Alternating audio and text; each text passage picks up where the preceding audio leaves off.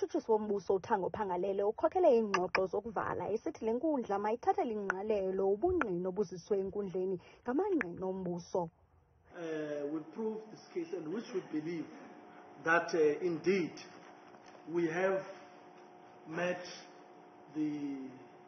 succeeded by way of evidence.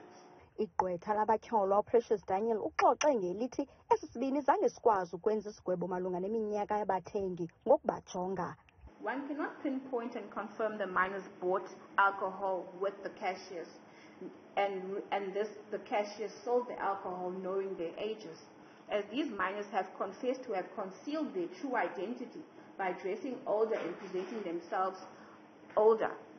Akaphosanga maseko umantyi wafumanisa ukuba uSiyakhangela Ndevu noVuyokazi Ndevu abakhange bathathe manyathelo aneleyo ukuthintela ukungena kwabantwana kweli ziko nokuba abantwana bangathengiselwa utywala.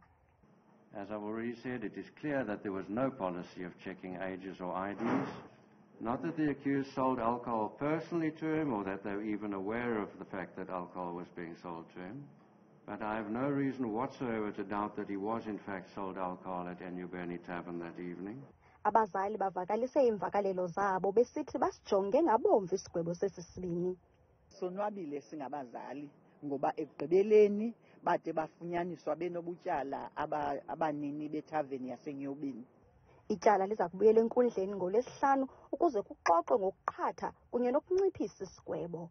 Kwiindaba zethu kuChannel 163 ndinguSiphosethu Boy ndiseMonti.